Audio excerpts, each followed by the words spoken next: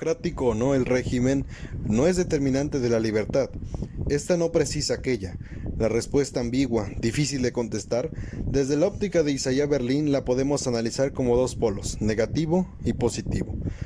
Desde los contractualistas hablamos de una libertad natural, pero ello en este análisis podría supeditarse a la ley del más fuerte, a la libertad del pez más grande a costa de la del más pequeño.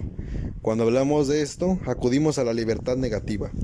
Habría que cuestionarse sobre la protección de la libertad ante la interferencia de otros y del Estado, pues de acuerdo hay que estar que sin importar si se habla de conservadurismo o liberalismo, ambos bandos concuerdan en que debe de haber un espacio privado para el desarrollo del individuo y sus facultades. Sin ello, se extinguiría el ingenio, la imaginación, en sí lo que hace a los humanos, seres humanos. Solo sería permisible la coacción o la intromisión, que de por sí son malas, para que la libertad de unos no se vea arriesgada por el sobrepaso de la voluntad de otros. Esto, autores como John Stuart Mill lo consideran correcto.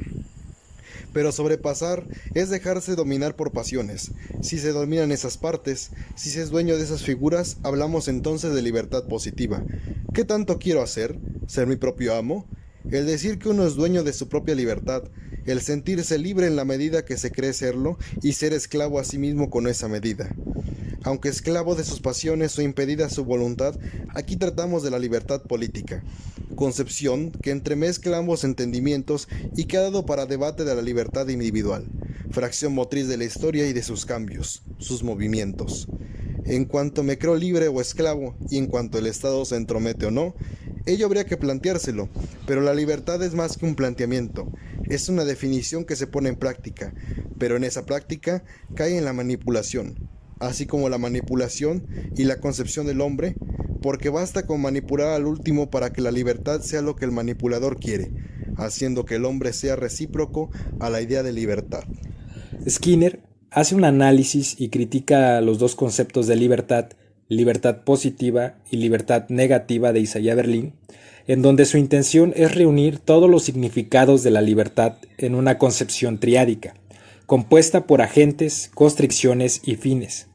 Skinner la consideraba encaminada al fracaso por el hecho de que esos dos conceptos, que conforman a uno, se convertirían en dos actitudes divergentes pero que son irreconciliables con los fines de la vida.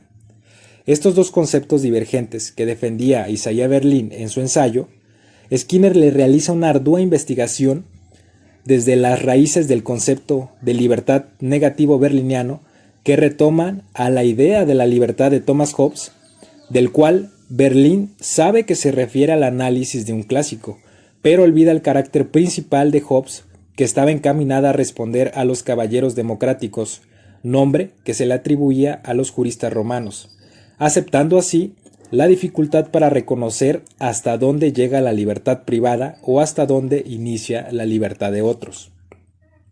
Analiza también el éxito de la ideología hobbesiana y afirma que Berlin ignora que existe una tradición desde el concepto de libertad de Hobbes hasta el concepto de libertad que ofrece, en donde éste no se refiere a la ausencia de interferencia, sino a la existencia de alternativas.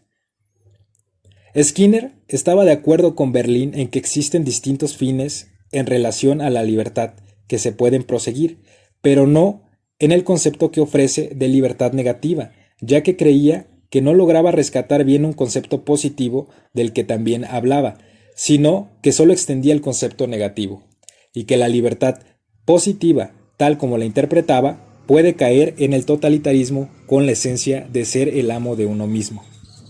En este último punto hablaremos sobre la libertad negativa y positiva dentro de las repúblicas.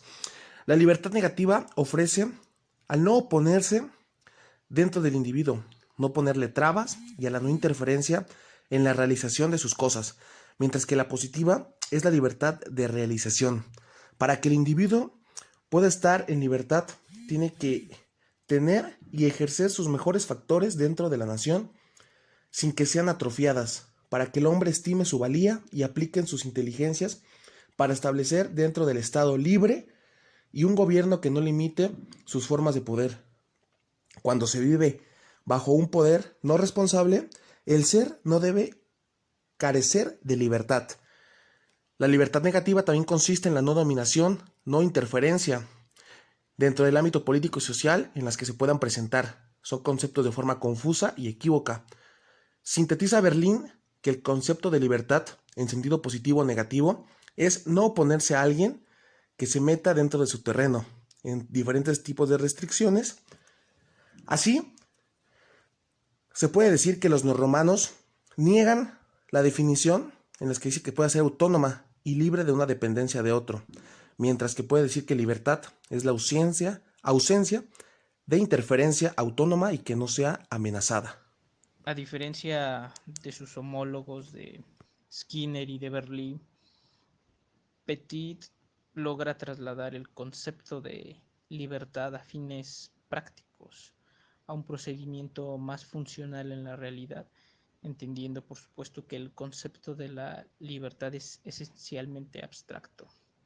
Y esto lo logra anteponiendo otro concepto, una referencia que permite definir más lo que es la libertad en sí. La libertad entendida como no dominación, a su vez remitida al concepto beberiano de lo que es la dominación.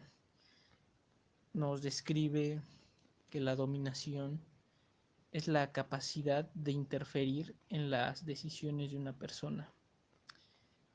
Esto es importante en fines prácticos porque la interferencia, por supuesto, anteriormente propia del soberano, ahora es trasladada a un medio más cotidiano en donde el empresario puede interferir en la vida únicamente en el campo laboral de sus trabajadores, donde el esposo puede interferir hasta cierto punto en la vida cotidiana de su pareja. La libertad como no dominación es entendida como una libertad que se vive sin la interferencia de otras personas. Y esto, por supuesto, radica en la riqueza que tiene Petit, en donde él encuentra dos soluciones. La primera solución la encontramos como la estrategia de poder recíproco, en donde el poder se acentúa para todos, es un poder similar, todos gozan del mismo poder, la misma neutralidad. Y la siguiente es la continencia constitucional, en donde lo entendemos como que al momento en el que surge una controversia, en lugar de interferir, surge un tercer actor, un mediador, propiamente un cuerpo jurídico que logra romper esta dominación, que logra neutralizar y poder así llegar a un acuerdo. En esto radica la libertad como no dominación. Es un fin más práctico que abstracto.